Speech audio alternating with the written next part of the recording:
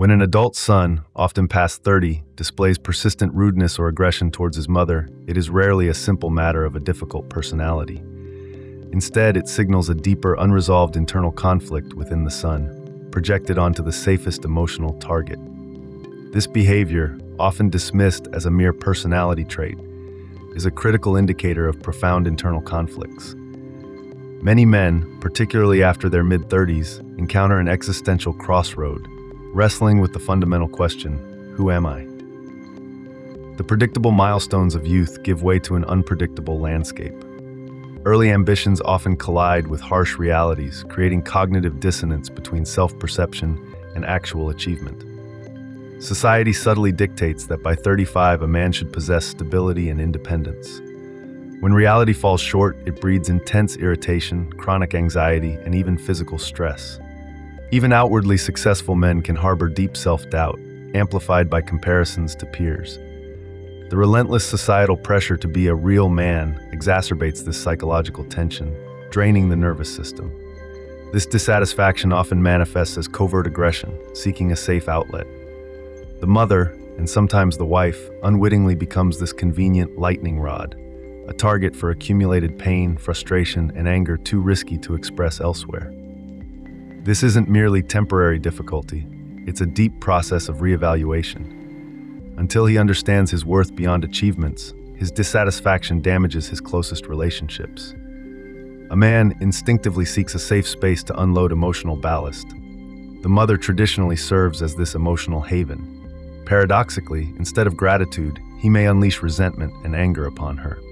Where he must wear a mask in society, at home he permits himself unfiltered rage. Subconsciously, he perceives his mother as obligated to absorb his emotional outbursts, a container for his negativity. He may not even realize he uses her as a psychological reservoir, projecting his failures and pain onto her. This mechanism is rooted in childhood unconditional acceptance.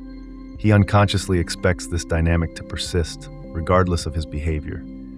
Another reason is self-assertion. If a man feels insecure or powerless externally, he may seek dominance at home. Raising his voice, issuing harsh demands, or making baseless accusations compensate for external powerlessness, restoring an illusion of control. Without boundaries, this destructive pattern anchors itself. Furthermore, even as an adult, a man may unconsciously retain an infantile perception that his mother inherently owes him. A deeply ingrained belief forms. Mother is the one who will always solve problems, offer support, and cover financial shortfalls. If personal boundaries were never established, this model transitions from childhood into adulthood. He dismisses her opinions as outdated, her advice as irritating. Financial expectations become acute if he faces material difficulties. He views his mother as an eternal ATM. Mothers often unwittingly perpetuate this by sacrificing their savings and needs, fearing loss of love. However, such assistance, instead of fostering independence, reinforces his consumerist attitude. The more he receives effortlessly, the less he values the help and the person providing it. By agreeing to be an endless source, the mother erodes her own authority and devalues herself. Her son ceases to see her as an independent adult, instead viewing her as a convenient function. A man raised with constant overprotection may not grasp his mother's needs or right to a personal life. He convinces himself she needs nothing, and may grow irritated if she spends money on herself. This attitude blinds him to her needs.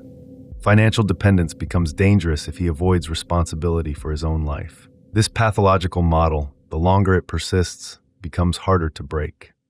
Financial support for an adult son is a conscious choice, not an obligation. If a son demands help, threatening to end the relationship or manipulating with guilt, it is a clear sign of toxic manipulation. Establishing clear financial boundaries is vital. A painful paradox arises when successful men skilled in professional relationships exhibit rudeness toward their mothers. Such individuals, adept at leadership and self-control at work, often unconsciously transfer an authoritarian management style to the family. They may treat their mother as a subordinate, expecting unquestioning compliance and 24/7 availability. Any refusal or delay causes acute irritation, disrupting their sense of control. This habit of unfiltered communication with mothers, believing she will understand, is often rooted in chronic stress. A successful man experiences constant pressure and views his mother as a safe haven for psychological release, a secure object who won't fire him for an emotional outburst. This fosters a syndrome of permissiveness. If the mother doesn't set boundaries, rudeness becomes the norm. He stops filtering words, unaware of the pain, because in his distorted perception, she is obligated to tolerate all behavior. Respect in a family does not depend on external success. It is a matter of internal upbringing and empathy. True success is measured by how one interacts with closest loved ones. To reclaim and restore her son's respect, a mother must first value herself, her feelings, and her needs. By demonstrating independence, emotional stability, and self-assurance, she compels her son to alter his perception. He begins to see her not merely as someone existing for him, but as a complete, self-sufficient individual with her own interests and goals. Genuine respect flourishes where clear, unshakable boundaries exist, not where endless self-sacrifice prevails. It is crucial to learn to say no without fear of losing her son's love. True affection is not contingent on material aid or constant concessions. His negative reaction to changed behavior is his responsibility. Healthy relationships are built on mutual respect. A strong mother balances care for her son and self-care. Her well-being is fundamental. Disrespect is cultivated over years of concessions and absent personal boundaries. By allowing her son to dictate terms and display rudeness, she surrenders power. If she continues to care and sacrifice in response to rudeness, her son sees no reason to change. If a mother accepts the role of a victim, she forfeits respect. An adult son's aggression is a repackaged childhood tantrum. If tantrums worked as a child, the model is reinforced. Shouting is a tool to suppress, not argue. He creates a stressful situation where she feels lost, guilty, and more inclined to agree. Such behavior is a sign of deep internal weakness.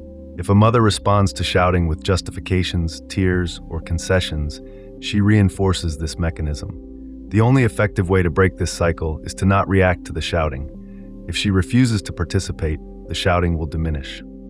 The calmer and more confident she remains, the faster her son will learn this method no longer works. When an adult son exhibits aggression, the fundamental rule is to avoid engaging emotionally and not to succumb to provocations. Justifications, tears, or explanations fuel his irritation. The most pragmatic response is silence and distance. If he shouts over the phone, calmly state, "I will not continue this conversation in such a tone," then immediately hang up. If in person, stand up and leave without engaging or explaining. Clearly define boundaries. You can only speak to me calmly, respectfully, and without raising your voice. Adhere to this position consistently. Do not fall for guilt manipulation. You're a bad mother, you owe me. An adult man's life and problems are his sole responsibility. Respect cannot be begged for, it must be commanded, and maintained through firmness, calm, and self-respect. The first step is re-establishing the mother's personal boundaries. She must accept that her desires, comfort, and well-being are as important as her son's. He must see her as an independent, whole person. Maintain a calm, yet unshakably firm position. Demonstrating independence, having hobbies, a social circle, and goals unrelated to him, helps him realize she has a full life. The more she has her own life, the more he respects her. Self-respect is the foundation of healthy relationships. Living under the same roof with an aggressive son is draining. She is not a servant, housekeeper, chef, or psychologist. Stop adjusting to his moods, anticipating desires, and shielding him from consequences. Boundaries are set by the one unwilling to tolerate. Learn to say calmly, "I will not allow you to speak to me like that," and immediately end any disrespectful dialogue. If a son is dependent financially, domestically, or emotionally, gradually reduce this dependence. The less he receives effortlessly, the more he solves his own problems, the faster he realizes his mother is not a service provider. Respect is earned by demonstrating an absolute line that cannot be crossed, with specific consequences for violation. Every mother deserves profound, genuine respect. No one, not even her own son, has the right to transform her into an object for systematic emotional outbursts. When an adult son exhibits aggression, it always signals a loss of boundaries and an imbalance. This situation can be changed, and the responsibility lies primarily with the mother, as the more mature party. The key is to recognize her own value, establish clear, unshakable rules, and unequivocally refuse manipulation. Remember, a son's aggression is fundamentally his internal problems, his complexes, and his dissatisfaction, not her obligation to solve. Respect in any relationship always begins with how one treats oneself, one's needs, and one's dignity. The firmer and more consistent she is in upholding her personal boundaries, the faster he will understand that destructive methods no longer work, and he will be compelled to alter his behavior if he values their relationship.